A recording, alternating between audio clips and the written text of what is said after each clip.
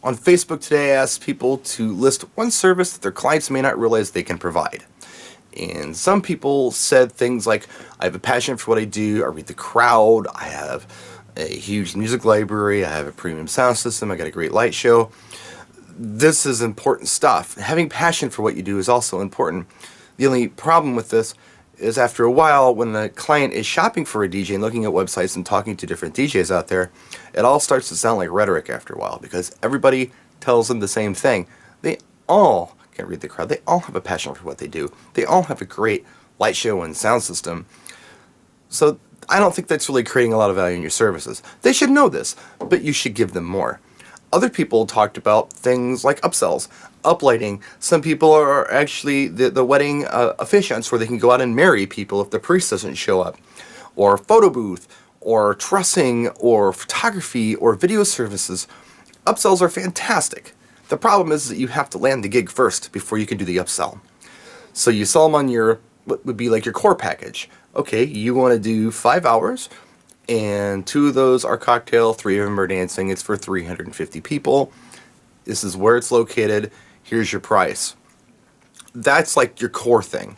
And then all of this uplighting and extras is upsells. You do that on the back end. Okay, so it's like this. If you go out and buy a really inexpensive flip phone where you can just call and text on it, or maybe not even text, it may not cost a lot of money. You may have a very hard time justifying picking up something like an Android phone that may cost several $100s because, well, it's more money. Well, if you consider that it's more than just a phone, in fact, calling it a phone is kind of ridiculous. It does so many things. It's a calculator, it's a personal computer, it's a web browser, it's a camera better than the expensive Canon that you bought a few years ago, and 1,000 other things, and then it's a phone. So there's a lot of value in an Android phone opposed to the cheap phone. At first it seems expensive, but when you start thinking about the added value, well, it's not so expensive anymore. So how do you sell your core services? Build value in your core services.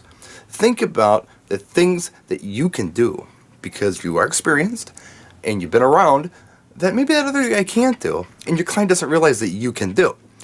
Stupid stuff. For instance, you can help them with a floor plan. If they're getting married at the Elks Club and you have been to the Elks Club several times, you've seen them set it up good and set it up bad for entertainment purposes, you can go in there and help them arrange it so they can have the best experience possible. Sometimes halls set things up for buffet and catering, and they don't think about the dancing part. That's where we can come in and help them out and explain this to them. Maybe you can help them with a timeline for the evening, help them keep organized, help them arrange things in an order that make the most sense. Maybe this is something that the guy who costs less money just doesn't have enough experience to be able to do properly, but you can do it.